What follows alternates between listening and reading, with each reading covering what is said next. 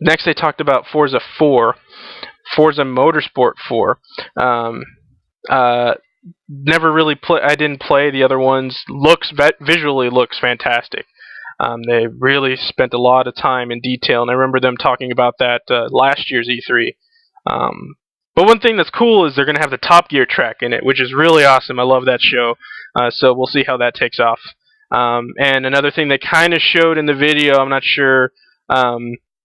I'm not sure the people there were able to demo it, but the voice recognition and head tracking, I mean, you kind of saw it in the video. You could turn left, and it looked like your head was turning left in the game, so we'll see if that's integrated. But yeah, I mean, it's another racing game. So Peter Molyneux came out and did a Fable demo, which frankly I thought was surprising. I don't know if anyone was expecting another Fable. I personally thought Fable 3 was a disappointment to some degree, but then again, I always think Peter Molyneux tends to overpromise with his games. So after watching the demo, I think it's going to be a bit gimmicky. It looked cool, and I think the idea behind it is worth mentioning. But I mean, at least from what I saw on the demo, I mean, and then again, that's all I can go by. Seems like it moves for you, or at least you gesture in some way that probably, I don't know, is probably intuitive, but maybe too gimmicky, I think. I think a lot of the gestures, though, in the game could have been used for the Star Wars Kinect demo, which I'll talk about in a little bit. Hopefully it's not a disappointment. The new Fable, Fable Journey, I think is what they're calling it. But you know, I'll reserve judgment until more comes out about it. But we'll see. Minecraft is coming to the Xbox. I didn't get into Minecraft, but I know a lot of people are. It's a really popular game, and we'll see how the Xbox controls transfer to it, and see if there's some kind of updated graphic system for it. It should be interesting, and I'm sure there's going to be a lot of people who will end up getting that, seeing as how a lot of people got it for the PC.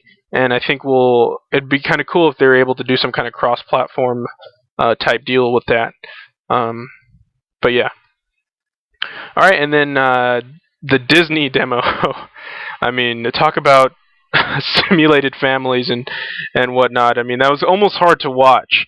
Actually, it was hard to watch. I kind of had to turn away for a little while. But I could definitely see the potential for that game appealing to younger kids. I mean, not everyone has the opportunity to go to a Disneyland. And if they did create the parks faithfully for the game, so at least being able to walk through the park without it being nerfed in any kind of way, I think that might appeal to families who can afford to buy the game but maybe not afford to go to the theme park. I mean, I live here in California, so it's just a drive down to LA, a few hours in like a hotel stay. But and then I'm sure people in Florida feel the same way.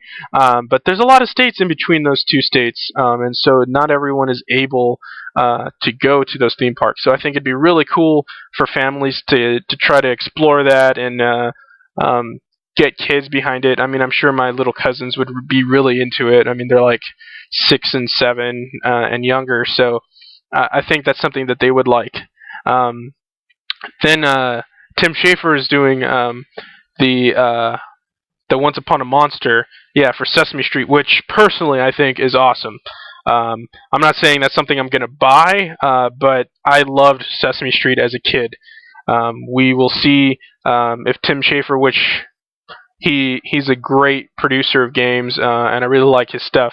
I'm sure he'll do Sesame Street justice, and I know for a fact that my little cousins will go ecstatic over that game. I mean, being able to play with Cookie Monster and Elmo in the game, and hopefully Big Bird makes an appearance somewhere in there. I love Big Bird. I think that definitely bodes well for the younger audience, and for families to interact. I mean, ultimately, Xbox is known for their core games. I mean, obviously, that's what pushes consoles, but more and more you're starting to see Microsoft trying to be an all-in-one entertainment system for the family. They released a Kinect that way. You can watch movies and that sort of stuff with the Kinect. So basically, they just want it to be an all-in-one deal. And I think releasing games, releasing games for it is for children is a step in the right direction for Microsoft, and especially getting Double Fine to work on a game like that. I mean, I think they did a good job getting that title going. Then there's a Star Wars Kinect demo. Yeah, not too excited about it, to be honest with you. I mean, the animations looked canned. I mean, there's so much potential there. I just don't know if it's going to be done well. I saw the gameplay live demo, and frankly, I wasn't that impressed. But, I have high standards for it, and I think a lot of people do. I mean, it's Star Wars. A lot of people have played subpar Star Wars games, but then again, there have been a lot of really good Star Wars games. So maybe they'll be able to turn around, but I'm not really holding my breath for that. And the voice command to turn on your lightsaber, that would get old really quick. So hopefully there's a gesture for that. And I think there might be. So, but yeah, that game really meant to make you look like an idiot in front of your TV. So there you go. If you're really looking forward to that.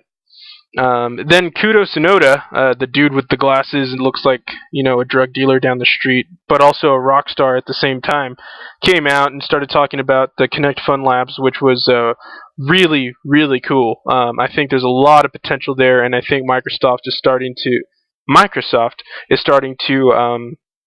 really take a page from the playbook of the hackers out there that have modded these Kinects to do all kinds of amazing stuff. I mean, you just Google Kinect mods, and there's a whole slew of stuff that comes up that's really cool. So, I mean, people scanning, so you can scan yourself, become your own avatar. I'm surprised that wasn't there on day one, but I'm glad it's there now. I mean, I think developers are going to be able to scan or incorporate that into some, really high-end titles.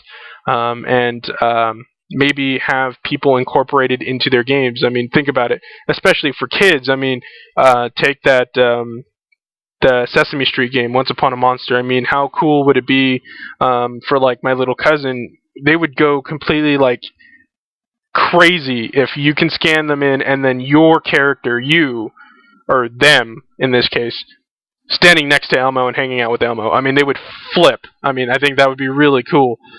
So obviously, game developers will probably look into that and incorporating that idea.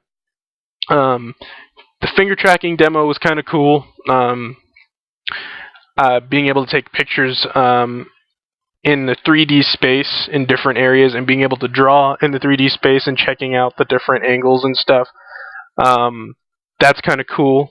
There's potential there. We'll see if people are able to think of creative ways to put that into games. Or maybe not even just games, maybe other forms of entertainment. Maybe being able to film a movie or something like that. I don't know. But we'll see what comes of that.